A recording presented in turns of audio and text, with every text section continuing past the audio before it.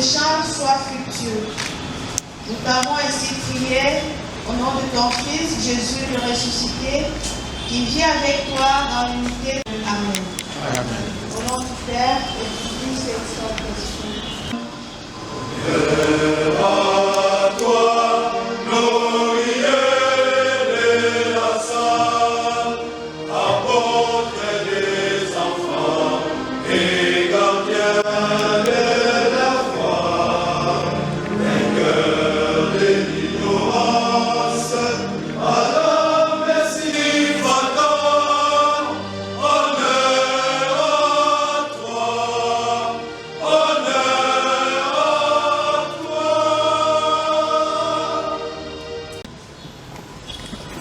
Nous avons trois.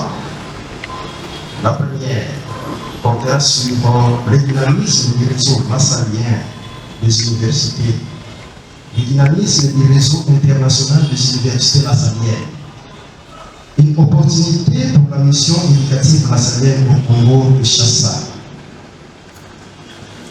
Cette première intervention sera présentée par le frère Mwaka Bouna Justin. Le frère Mwaka Bouna Justin. La salle d'université fut, c'est pas pour dire que je l'ai choisi, fut la première université au monde à porter le nom du saint fondateur, Saint Jean-Baptiste de La Salle, d'où nous tirons La Salle. Première université au monde à porter le nom du saint fondateur. Mais figurez-vous, c'est déjà en 1863. Les performances, on en parle aussi. Faites vos recherches avec les références que j'ai citées. Retenez seulement IALU, ajoutez www et après ajoutez org et vous entrez dans le site. Vous allez voir beaucoup d'universités avec les villes où elles sont installées et les types d'options qui existent et d'autres détails qui continuent. Voilà. Alors, on peut se poser une question, comme j'ai dit, le dynamisme se manifeste dans, s'il faut prendre ça dans les termes de l'étude des économistes, des financiers, ils aiment bien parler en termes de comportement. Donc vous avez une grandeur, mais vous allez étudier son comportement. Ce n'est pas une personne humaine. Hein. Il y en a qui pensent que quand on parle de comportement, c'est seulement des humains. Non, il y a aussi des comportements dans le domaine de la science. Comportement, on pouvait prendre un titre, si quelqu'un pourra s'y mettre un jour, comportement du réseau de la SADEN internationale, la SADEN des universités au monde. Rien que ça, vous avez déjà beaucoup de matières. Et c'est dans ce comportement qu'on remarque les débuts, les petites phases, des difficultés, mais aussi des phases de progrès. Un domaine que vous partagez avec les autres. Voilà en quelques mots, tout en nous aidant avec les éléments que la vidéo nous a donnés et qui est toujours en activité, ce que nous avons réservé pour ces petits temps de partage dans la partie conférence. Je vous remercie pour votre attention.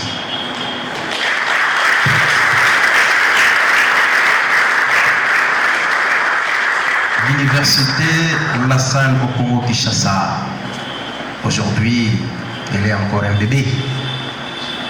Mais j'espère que vous avez suivi. Elle a cette vocation de devenir une grande université parce qu'elle s'intègre dans un réseau de 75 universités lassaliennes disséminées à travers le monde. Le frère nous a aidés à cerner un peu les concepts de l'université La Salle. Nous a aidés aussi à comprendre en quoi le réseau des universités constitue une opportunité pour nous. Et effectivement, l'impact de ces réseaux sur la mission éducative lassalienne au Congo Il nous a présenté quelques éléments historiques du réseau des universités lasalliennes, tout en insistant sur 2 universités. Il a juste donné l'exemple de 2 universités. Et là, c'est l'aspect historique qui est le plus important à retenir. Ce sont des universités qui datent de 1800 et quelques. Le conférencier nous a présenté quelques éléments positifs de ces réseaux des universités.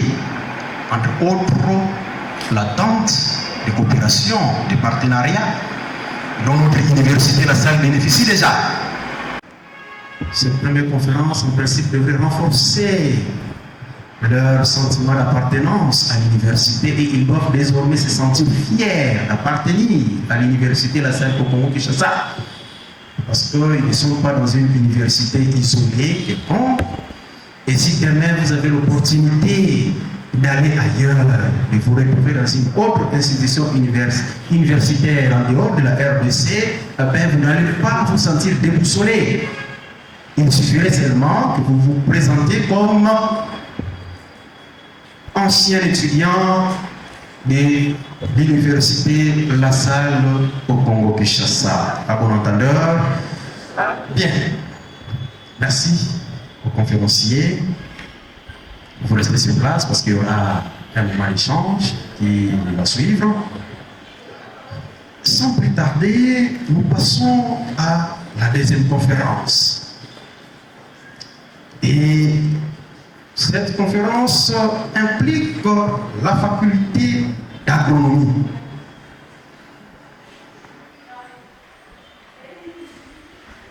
La faculté d'agronomie. Alors, nous appelons Abigail Labar, l'assistante de recherche affiliée au professeur Fils Milaou. Dans les affiches, vous avez vu que c'est le professeur Fils Milaou qui devrait présenter cette deuxième conférence. Il a reçu un empêchement ce matin parce qu'il est occupé aussi dans une autre conférence et c'est son assistante qui va vous présenter un thème si capital sur la résilience communautaire face au réchauffement climatique. Alors, Abigail Labar est ingénieure environnementaliste de formation. Elle est spécialisée en gestion des ressources biologiques et forestières. Nous lui accordons la parole pour sa présentation.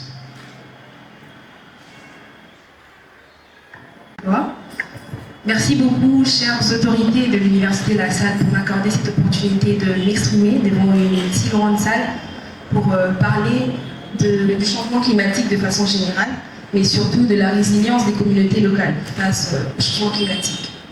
Alors, comme présenté Abigail Labar, je représente ici devant le professeur Fils Milaou, qui a eu un empêchement et voilà pourquoi je suis là pour faire cette présentation à sa place. Alors, sans plus tarder, vous avez déjà là le thème dont nous allons parler, la résilience communautaire face au changement climatique. Quelles sont les stratégies traditionnelles qui sont mises en place et quelles sont donc les innovations modernes et quelle est un peu la cohésion qu'il peut y avoir entre ces stratégies traditionnelles ainsi que les différentes innovations modernes. Voici le plan de mon exposé, je vais être très brève en tout cas. Nous allons avoir une introduction, un petit contexte autour du changement climatique par rapport à l'Afrique. Ensuite, nous allons parler de la résilience climatique et des communautés locales. Et ensuite, nous allons donner quelques petits exemples des cas, des différents cas que nous avons ici en Afrique, de cette résilience. Ainsi, nous allons donner quelques petites recommandations et nous allons finir notre plan, notre exposé de ce matin. On peut passer.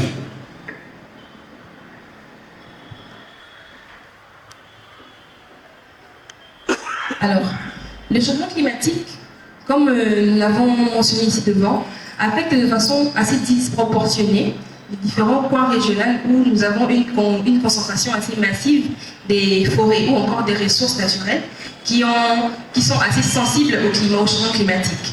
Ces ressources sont bien évidemment les forêts, l'agriculture et les différents cours d'eau. Et ce changement a beaucoup plus d'impact dans les pays qui ont la capacité de lutter tout simplement parce qu'il y a un petit déséquilibre en matière d'économie et de capacité d'adaptation. On passe. Alors ici, au cours de cette conférence, de cette petite intervention, nous allons tout simplement explorer comment les communautés locales arrivent à développer des pratiques qui s'adaptent facilement au changement climatique, bien qu'avec les moyens de bord, et ainsi que on va aborder aussi certaines petites innovations modernes qui ont été mises en place par des ONG ou encore des partenaires qui accompagnent ces communautés pour pouvoir lutter contre le changement climatique. Alors, pour essayer de contextualiser notre exposé, l'Afrique est l'un des continents qui pollue le moins, qui émet le moins de gaz à effet de serre. On a donné quelques chiffres. En fait, l'Afrique ne contribue qu'à 4% des émissions des gaz à effet de serre. Et la RDC encore moins. Pourquoi? Tout simplement parce que nous sommes un pays encore moins industrialisé par rapport aux autres. Mais pourquoi est-ce que nous subissons plus d'impact? C'est parce que, en dehors pourtant nous avons ce qu'il faut pour lutter. Nous avons les forêts, nous avons la biodiversité capable, nous avons tous les moyens pour pouvoir lutter contre ce changement climatique.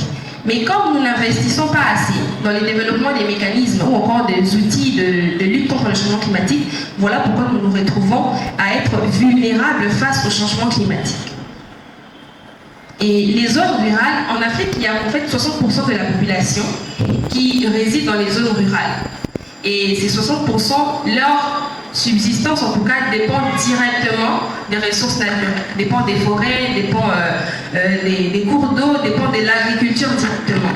Et malheureusement, ces communautés sont aussi les plus vulnérables parce qu'ils n'ont pas la connaissance que nous qui sommes dans les milieux urbains ou encore qui sommes en ville avons. Eux, ils ont les pratiques ancestrales. Mais face au changement climatique qui aujourd'hui s'accélère suite aux différentes émissions de gaz à effet de serre, comment est-ce qu'ils peuvent s'adapter par rapport à cela? Et donc, on a voulu définir aussi la résilience climatique. D'une façon générale et compréhensible pour tous, c'est juste la capacité de s'adapter à des perturbations sans pour autant compromettre la structure de votre ou encore les fonctions de votre communauté. Donc c'est la capacité d'une société, d'une communauté à s'adapter aux différents changements qui s'effectuent. Et cette capacité, en tout cas, se distingue en 3 dimensions. Nous avons l'anticipation des risques climatiques. Il faut d'abord, en premier lieu, connaître quels sont les risques climatiques, quels sont les risques que ramène le changement climatique. Nous avons la déforestation, par exemple, nous avons la sécheresse, nous avons tout ça. Quand on connaît ces risques, on a la facilité de développer des mécanismes ou encore des systèmes de lutte contre ces changements. En deuxième lieu, nous avons l'adaptation des pratiques. Quand il y a changement climatique, même le sol change, l'eau change, l'air change, en fait, tous les éléments qui constituent notre environnement changent. Et donc, au fur et à mesure que ce changement est manifeste, on doit aussi adapter toutes nos pratiques. Peu importe que ce soit en agriculture, que ce soit en exploitation forestière, en exploitation des produits marins, on doit adapter nos pratiques par rapport au changement qui arrive pour avoir un rendement encore plus meilleur. Et puis, en dernier lieu, nous avons la transformation des systèmes lorsque c'est nécessaire. En fait, la transformation, on a dit que la résilience, c'est la capacité à s'adapter aux perturbations sans pour autant changer la structure et les fonctions de votre communauté sociale. Mais la transformation devient nécessaire lorsque les mesures d'adaptation ou encore les mesures d'adaptabilité n'arrivent pas à répondre correctement au changement qui s'est opéré. Nous allons passer. Et aussi, pour définir en réalité une communauté locale, c'est tout simplement une communauté, de façon générale aussi, une communauté qui réside dans un même territoire, qui ont les mêmes valeurs coutumières, qui ont les mêmes valeurs religieuses et qui sont dans un même point géographique. Mais la définition que nous avons mise ici, c'est une définition qui a été donnée dans le document de la stratégie nationale de foresterie communautaire en RDC, qui dit qu'une communauté locale est une population traditionnellement organisée sur la base de la coutume, unis par des liens de solidarité clanique ou parentale qui font sa cohésion interne. Donc ils ont des valeurs coutumières communes, ils ont des valeurs religieuses communes et ils appartiennent à un même clan ou encore à une même lignée parentale. Et il existe trois types, en tout cas, de communautés locales. Il y a les communautés forestières, ceux qui vivent dans les zones forestières, communément qu'on appelle les peuples autochtones. Ici en RDC, nous avons par exemple les Pygmées au niveau de l'équateur. Nous avons les communautés agricoles. Eux, ils sont beaucoup plus dans les zones productives vivrières. Je donne un exemple de ceux qui sont au niveau du sud-est de la RDC, du sud-ouest, pardon, donc le Congo central, les communautés qui sont là. Eux, ils produisent beaucoup plus des cultures vivrières, donc ce sont des communautés agricoles. Population pastorale et riveraine. Eux, ils sont beaucoup plus dans la gestion et la mobilité de l'eau. Ainsi, ces communautés ont des pratiques en fait adaptées à leur environnement. Pourquoi? Parce que ce sont eux qui ont été là depuis le début, en fait, depuis la formation de ces milieux, et ils connaissent les mécanismes, les fonctionnements de cet environnement. Ils ont adapté leurs pratiques par rapport au changement des saisons, au changement des périodes. Donc, ils maîtrisent en mieux encore les changements qui peuvent s'opérer dans ces environnements. Et en Afrique, il y a quelques impacts quand même qui ont été observés par rapport au changement climatique sur la vie des communautés locales. Il y a la réduction des rendements agricoles qui s'élève de 20 à 50% pour certaines cultures, telles que les maïs, les maniocs et les haricots. Aujourd'hui, les rendements, ceux qui sont dans l'agriculture, ici on a devant nous les gens de la faculté de l'agronomie, vous vous rendez compte que le sol ne donne plus comme avant. Pourquoi? Parce que le sol perd sa qualité, il perd toutes ses capacités de production, tout simplement parce qu'il y a le changement climatique et aujourd'hui le changement même le changement physique du sol qui est émané des différentes pollutions. Et deuxièmement, nous avons la pénurie croissante d'eau douce en saison sèche. Pourquoi? Parce que quand il y a la période de crue, avec le changement climatique, vous verrez même la pluie, la période de pluie change, la quantité de pluie déversée change. Il y a beaucoup de changements qui s'opèrent même au niveau de la météorologie. Et ce qui implique tout cela. Et merci aussi à l'université d'avoir jeté son focus sur nous pour nous parler de ce problème qui est en train de déranger les pays en ce moment. Et un problème qui affecte tout le monde, un problème de l'hypertension artérielle. Nous sommes là pour vraiment vous apporter de connaissances. Ce n'est pas vraiment un cours magistral, nous sommes là pour la sensibilisation. Nous allons vous informer sur l'hypertension. Et puis, nous allons écouter. Sans plus tarder, nous allons commencer. Parlant de l'hypertension artérielle en perte et danger. Pourquoi nous avons choisi ces sujets? C'est tout simplement à cause de l'impact de l'hypertension aujourd'hui dans la population. Dans notre structure, comme partout dans le monde, nous avons vraiment constaté que l'hypertension artérielle a connu des avancées. Donc le taux a vraiment été élevé, multiplié à cause de cette maladie. Voilà pourquoi aujourd'hui nous vous parlons de ça.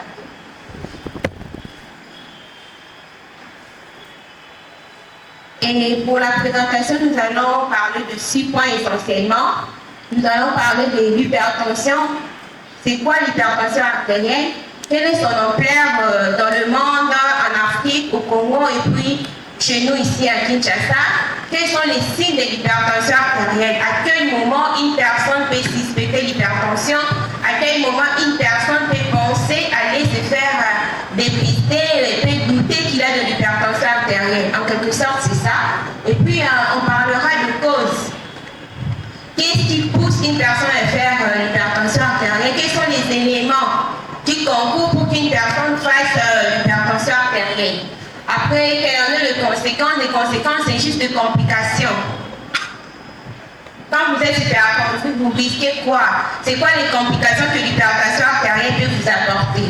Et puis, nous allons donner quelques recommandations. Que faire? Vraiment, que faire quand vous êtes déjà hypertendu? Que faire pour prévenir l'hypertension? Que faire pour mieux vivre avec votre hypertension artérielle? C'est ça les éléments dont nous allons évoquer. Et sans plus tarder, je vais définir l'hypertension artérielle. Ça va nous permettre de nous mettre être d'accord, de comprendre déjà c'est quoi.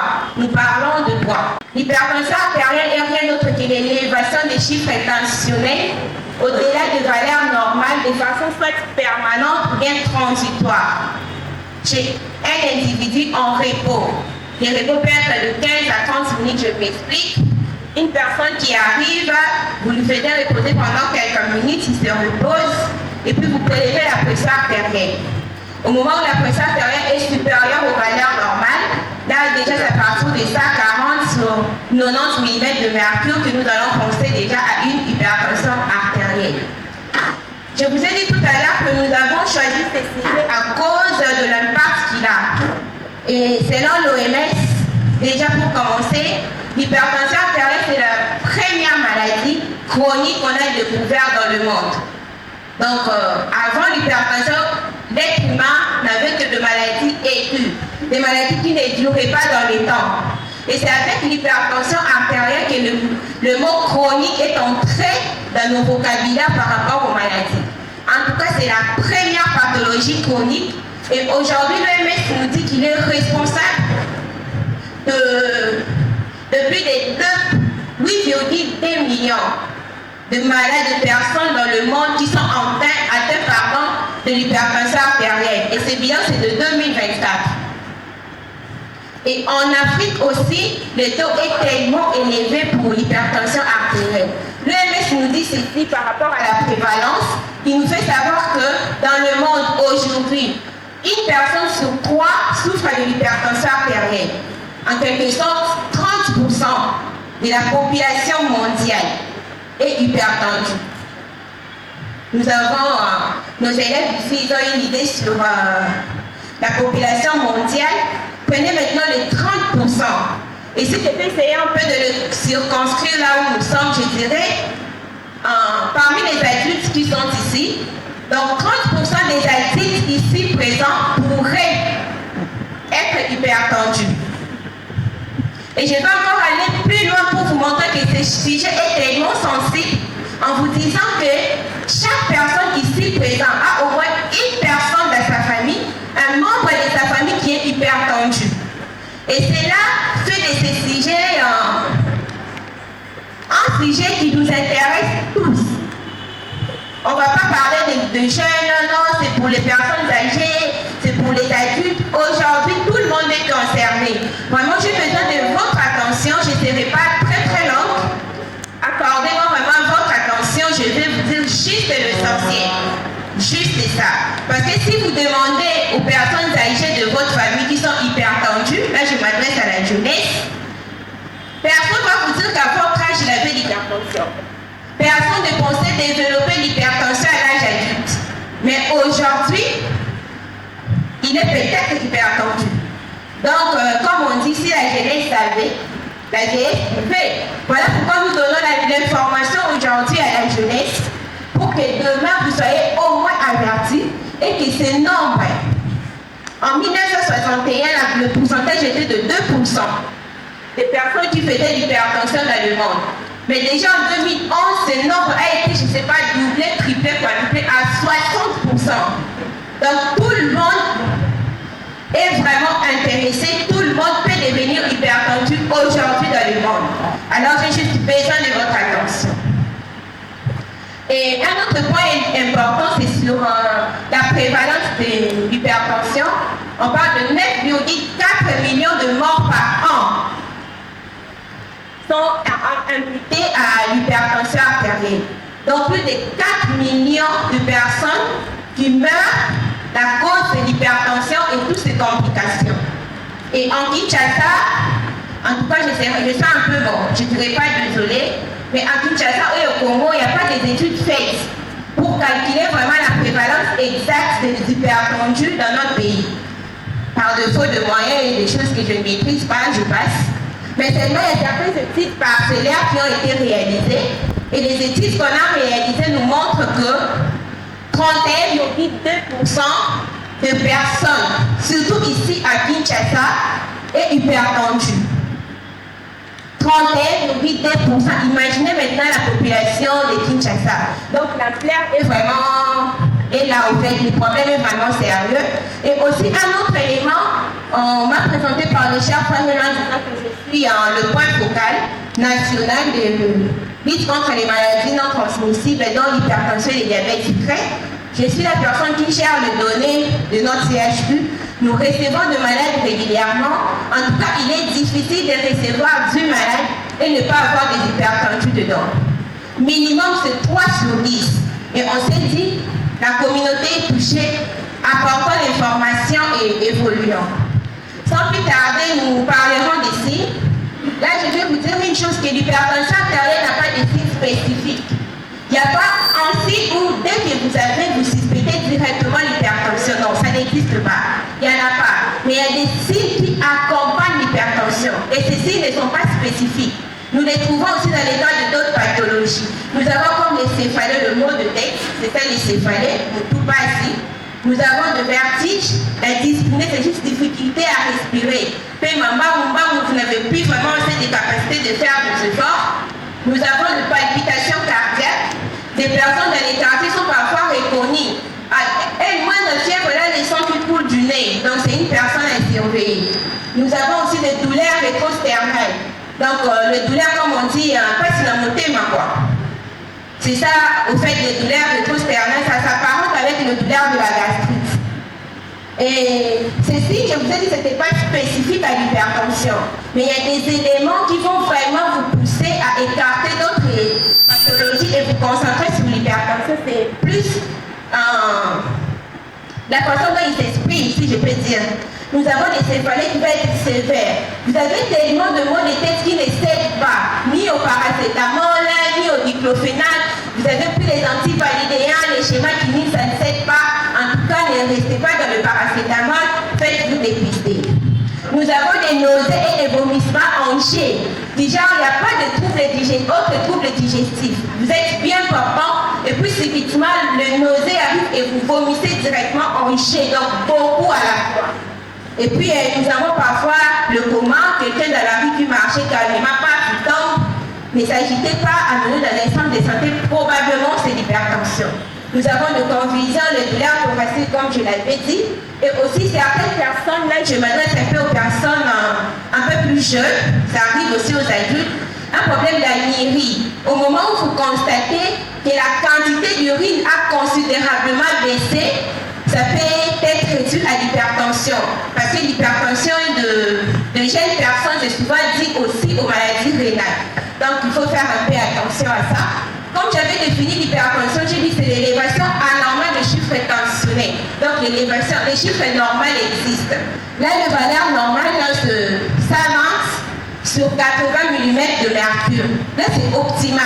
C'est ce qui est souhaitable. Quand vous partez prélever votre pression artérielle, vous devez être autour de 120 sur 80 mm de mercure. Comme on dit à la cité, 12,8. Et au moment où vous atteignez déjà 140 sur 90 mm de mercure, quand on parle de la cité de 14 sur 9, vous êtes déjà un cas à surveiller. Vous devez vraiment faire un effort de consulter une personne qui va vous aider à essayer un peu d'établir sur ça. Et comme je l'avais dit, maintenant nous parlons de cause. Qu'est-ce qui peut faire qu'une personne ait une hypertension artérielle? À 90%, la cause n'est pas élucidée. 90% des hypertendus, leurs médecins leur disent « Maman, raison humanité, mais vous êtes hypertendu. » Comment j'ai fait, mais il n'y a pas de raison. Et c'est à 90%. Parfois, ça nous pose des problèmes d'acceptation au niveau du cabinet, mais c'est ça. La science n'a pas encore prouvé les 90%. Donc, ça reste encore idiopathie comme il est. Les 90% des AVC que nous avons, la cause de l'hypertension. Et puis, deuxièmement, nous avons le coma, comme nous l'avons dit, et un grand risque aussi pour les femmes enceintes, parce qu'ils peuvent faire le clampsie. Le clampsie, c'est juste l'hypertension artérielle chez une femme enceinte, mettant vraiment le pronostic vital en danger, et la mère et l'enfant. Et puis après, le cerveau parlera de cœur, là nous avons plus de cardiopathie. Les problèmes liés à la vascularisation du cœur en prenant de problèmes cardiaques. Dans la cité, on dit souvent un coma cardiaque. Avec la maladie cardiaque, c'est souvent aussi dit à l'hypertension artérielle. Et après le cœur, nous avons le mort cynique. Souvent, c'est pas ça. Souvent, c'est pas ça. Parfois, c'est l'hypertension artérielle et l'autre qui va souffrir. Donc, il faut faire très attention. Oui, je parlais de l'os. Et puis, nous avons le rein. Le rein régule la pression artérielle. Quand le rein est touché, le problème est là. Vous pouvez faire l'hypertension artérielle. Et au niveau des yeux, nous avons la rétinopathie hypertensive. La plupart des personnes qui ont l'hypertension artérielle, le problème des yeux pouvant évoluer jusqu'à la cécité. Donc l'hypertension artérielle peut demain vous rendre aveugle. Il faut faire très attention. Et au niveau des vaisseaux, nous avons les anévrismes. Donc les sangs ne circulent plus bien parce qu'il y a des caillots, il y a beaucoup de choses. Passons. Maintenant, que faut-il faire? Là, je demande vraiment votre attention. Si vous, je vais expliquer. Si vous reconnaissez avoir de facteurs de risque favorisant préciser, il faut premièrement vous faire dépister au centre le plus approprié. Car plus tôt la maladie est détectée, plus efficace seront les traitements. J'ai cité les facteurs de risque ici. La famille, la sédentarité, l'alcool, le tabac, l'obésité. J'ai tout dit. Si vous vous reconnaissez, ce n'est pas une condamnation. Passez dans un centre le plus proche de vous ou en sortant d'ici, vous pouvez passer chez nous. C'est déjà organisé pour vous faire dépister. Merci beaucoup. Et deuxièmement, il faut éviter de manger trop gras. Éviter de manger trop gras. Donc, ceux qui préparent trop d'huile dans la nourriture, vous êtes dans la margarine, tous ces trucs-là, faire très attention. Et puis, éviter de manger trop salé. Aussi faire l'activité physique de façon régulière et puis 30 à 60 minutes par jour. Maintenant, je vais répartir rapidement pour que faire par rapport aux situations. Si vous êtes déjà hypertendu, si on vous a diagnostiqué l'hypertension, qu'est-ce que vous devez savoir? Ça, vraiment, excusez-moi, j'ai déjà dit 3 que 30% pourraient. Donc, les 30% accordent leur attention, là, c'est pour vous. Il faut savoir que l'hypertension artérielle, c'est une maladie chronique. Chronique, ça veut dire que ça dure dans les temps. Et parfois, je peux même dire que c'est une maladie à vie. Quand on vous diagnostique l'hypertension artérielle, ne prenez pas ça comme une infection, l'hépatitis, vous pouvez prendre les médicaments et guérir. Non, du coup, non. Vraiment, ça demande que ça soit pris dans les temps. Et selon votre médecin, vous allez vous orienter et évoluer. Moi, mon maître ici présent me dit toujours, la prise en charge des maladies chroniques, c'est un arbre fait. Il faut tout le temps analyser, mélanger les choses. C'est dynamique, ça change, ça évolue. Donc, quand on vous a diagnostiqué l'hypertension, vous savez que c'est une maladie chronique, ne m'arrêtez pas les traitements brusquement parce que vous avez de bons signes. Et puis, deuxièmement, le respect des mesures hygiéno-diététiques, je l'ai cité. Manger moins salé, pas trop gras, pas trop sucré, bouger, éviter la sédentarité. Et puis, le respect des traitements, c'est reconnu. Je venais de participer à une enquête qu'on a fait récemment. Et plus de 80% des malades hypertendus négligent leurs traitements médicamenteux. Vraiment, il y a une forte négligence. Je vous prie de revoir et de rester fidèle à votre traitement. Et puis, il y a le respect des rendez-vous, même une fois le mois, c'est très important. Et si vous n'êtes pas encore diagnostiqué hypertendu, je vous demande premièrement de faire le dépistage. Surtout quand vous atteignez déjà l'âge de 40 à 45 ans, ayez vraiment l'habitude, même une fois l'an, minimum, passer dans un centre et prélever votre pression artérielle. Et deuxièmement, vous qui n'êtes pas encore hypertendu, je préfère qu'on joue sur la prévention aujourd'hui. Moi, je préfère vous désarmer que de vous laisser et vous dire non, l'ennemi va tirer sur les gilets pare-balles. Moi, je préfère désarmer l'ennemi, au fait. Là, il faut avoir un mode de vie qui est sain et le respect des mesures hygiéno-diététiques. Évitez de sentir les sels dans votre nourriture. Et toute la nourriture qui sent les sels, évitez. Les chips, tout ça, vous l'évitez. Deuxièmement, je parlerai de l'activité physique. Au moins 30 minutes chaque jour. Là, je viens rapidement de conseiller ceux qui font l'activité physique que le week-end. Vous consommez toute la journée, puis c'est le week-end que vous allez courir, et la troisième mi-temps, nous savons ce qui va se passer. Après, là, je parlerai de la perte pondérale en cas de surcharge. Si vous n'êtes pas encore diagnostiqué hypertendu et que vous êtes en surpoids ou bien vous êtes obèse, mettez tout en marche pour perdre du poids. Je vous conseille. Ça sert à rien d'attirer l'attention et de faire grandir la maladie à bas bruit. Faisons vraiment l'effort de perdre le poids. Et puis, je parlerai de l'alcool, je l'ai dit, il faut arrêter carrément. Le tabac, pardon. Ah, le tabac. Je savais que cette erreur allait créer des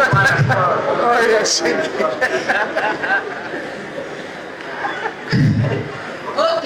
En tout cas, j'ai fait exprès de mettre de l'alcool à la place du tabac parce que je savais que ça nécessitait votre attention. Donc, l'alcool, vous m'arrêtez et les tabacs. Les tabacs, vous arrêtez. Arrêtez avec les tabacs. Si vous avez besoin de d'autres informations, vous passerez, vous l'aurez. Et l'alcool, l'alcool, il faut boire avec modération. Mais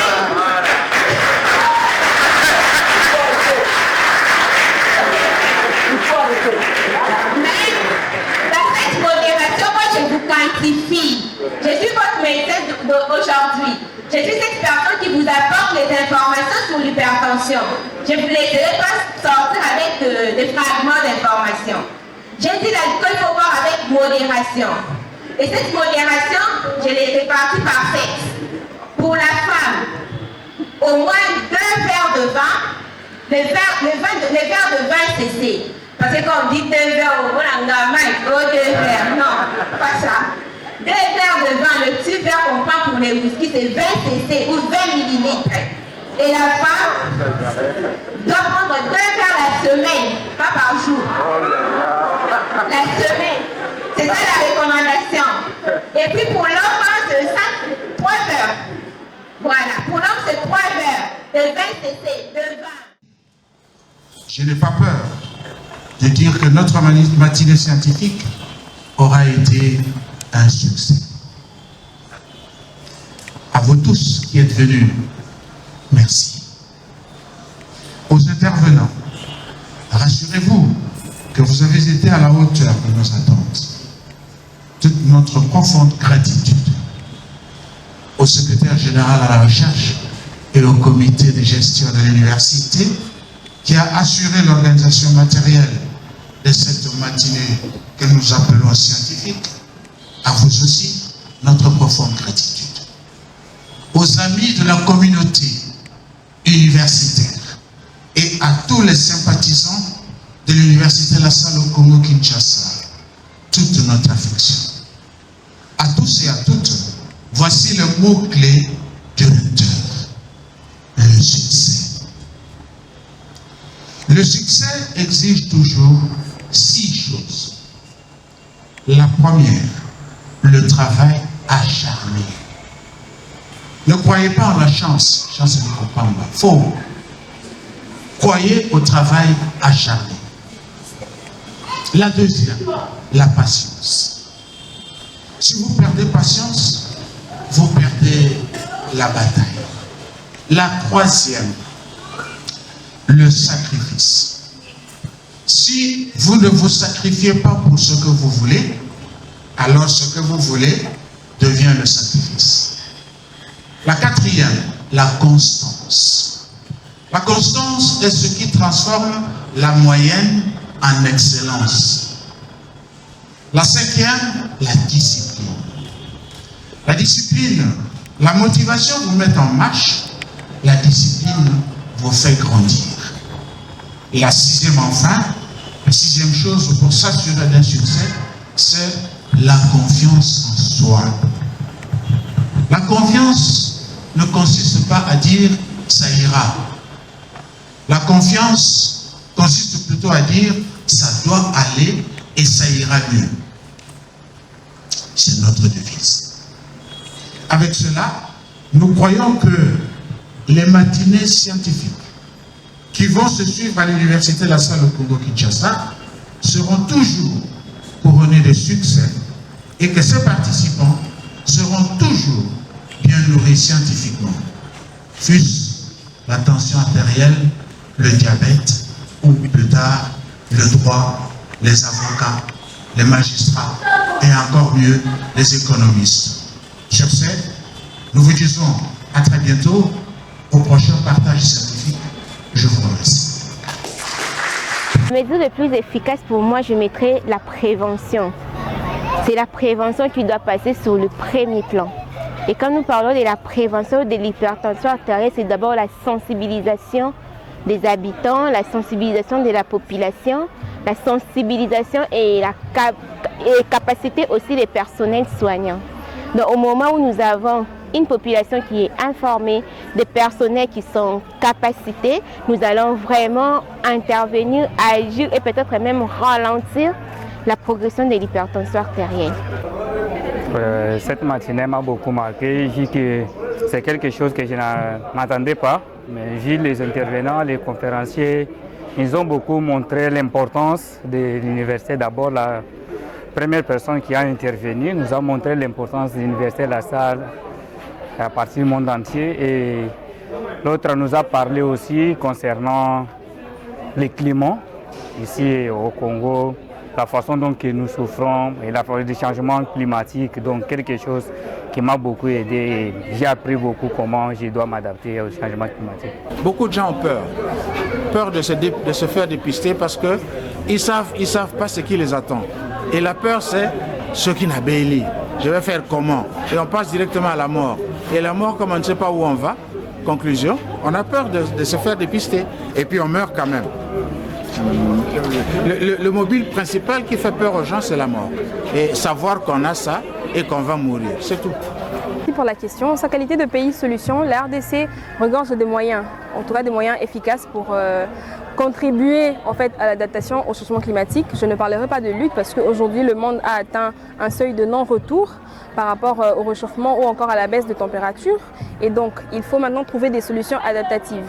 Il y a l'option de pouvoir conserver encore ces forêts, ces terres forestières, mais il y a aussi la possibilité de pouvoir se développer pour pouvoir avoir des nouvelles technologies, des technologies de lutte ou encore d'adaptation par rapport au changement climatique. Donc la RDC en tant que pays solution doit premièrement contribuer à préserver ces forêts, parce que ça contribue aussi à la lutte contre le changement climatique. Et deuxièmement, il faut chercher à avoir un développement technologique pour permettre à la population de pouvoir se mettre à l'abri de tout ce qu'il y a comme catastrophe naturelle ou encore canicule. Les conséquences seraient désastreuses parce que aujourd'hui, l'Amazonie qui était le premier poumon mondial, même si officiellement cela n'a pas été dit, avec tout ce qu'il y a eu comme feu de brousse au niveau de l'Amazonie, il y a eu vraiment une perte assez grave. Ce qui relève la forêt équatoriale à la place du premier poumon mondial en termes de stockage de carbone. Si la RDC aujourd'hui perd la forêt équatoriale, en tout cas on va vers la fin. Nous allons courir vers la fin parce qu'on n'aura plus la capacité, le monde n'aura plus la capacité de respirer comme il se doit. Et on sera maintenant submergé par tout ce qu'il y a comme effet de gaz à effet de serre. Donc oui, la RDC doit préserver en tout cas sa qualité de pays solution pour pouvoir préserver en même temps le monde. Mais sans oublier le fait que le développement est aussi important pour ce pays. Donc on doit aussi tenir compte bien que le développement, ça coûte. Le développement coûte sur l'environnement. Mais il faut chercher à trouver un équilibre pour pouvoir faire en fait bénéfice de tous les côtés.